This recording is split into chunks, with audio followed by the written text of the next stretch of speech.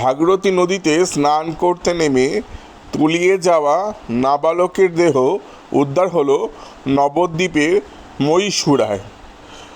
মৃতের নাম আকরাম ফকির, বয়স 16 বছর।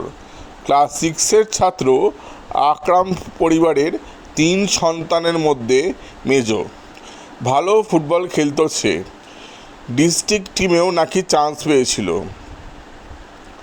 পরিবার সূত্রে জানতে পারা যায় যে গত বুধবার দুপুরে নাকাশিপাড়ার করকরিয়া ঘাটে স্নান করতে নামে আকরাম। তার সাথে তার বন্ধুরাও ছিল। হঠাৎ ভাগীরথী নদীর জলে আরও 4 জনের সাথে আকরাম তলিয়ে যায়। এরপর 4 জনকে উদ্ধার করা গেলেও আকরামকে আর খুঁজে পাওয়া যায়নি।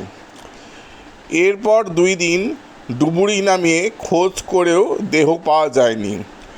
আজ সকালে এক বাচ্চা ছেলের দেহ নবদ্বীপ খেয়াঘাটের পাশ দিয়ে ভেসে যেতে দেখে ঘাটের মাঝি ফোন করে পরিবারের লোকেদের।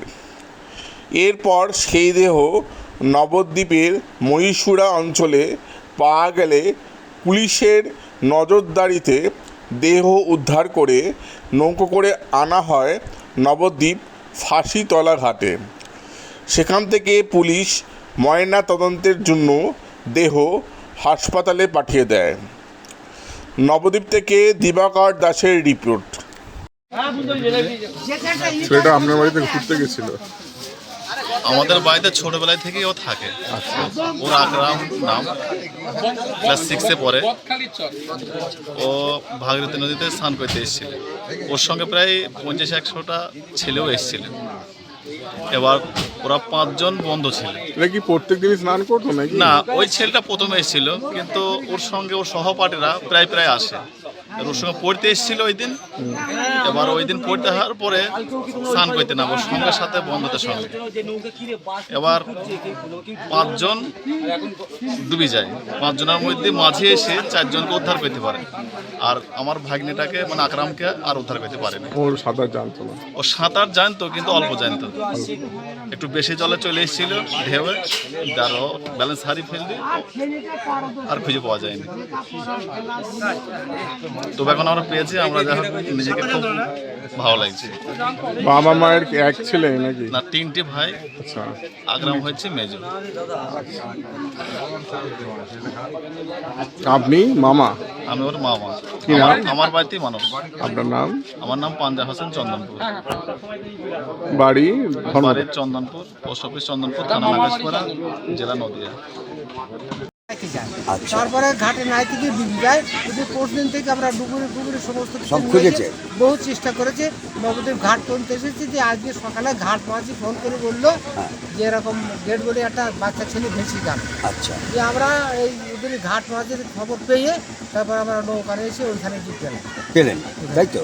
ওই ব্রিজের পরে, গৌরাঙ্গ সেতুর পরে, রেল ব্রিজের কাছে। ছেড়ে 3 কিলোমিটার দূর হবে একটা ইপার পাম্প আছে, ইপার পাম্পের কাছে আচ্ছা, গঙ্গা দুটো হয়ে আছে, ওখানে চর আছে, দিয়ে বাইরের গঙ্গাটাকে। আচ্ছা, তার মানে মহীশুরের কাছে, হ্যাঁ, মহীশুর পঞ্চায়েত আমি বলা ওটার যায়। নাম জায়গা জানি আপনি না। জানবেন না, আপনি তো যেহেতু মোড়াগাছা বা ধর্মদা থেকে এসছেন।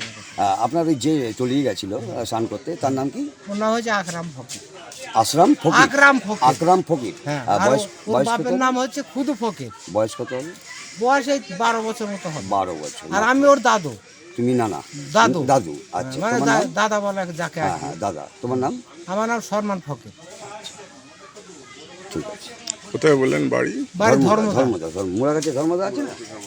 মোড়াগাছা একদিকে, ধর্মদা একদিকে। হ্যাঁ, না, এটা মোড়াগাছা আমার হয়ে বাড়ি ধর্মদা। ধর্মদাই। অ্যাকচুয়ালি মোড়াগাছা হচ্ছে হ্যাঁ। প্রথমে পড়বে, এদিকে ঢুকলে তারপরে ডান দিকে ধর্মদা। আমি গেছি। হ্যাঁ, যেটা দর্শমেনা বলা হয়, হ্যাঁ, হ্যাঁ। ওপারটা মোড়াগাছা, হ্যাঁ। ধর্মদা এপারটা। এইটা পাশাপাশি দুটো হ্যাঁ, অঞ্চল।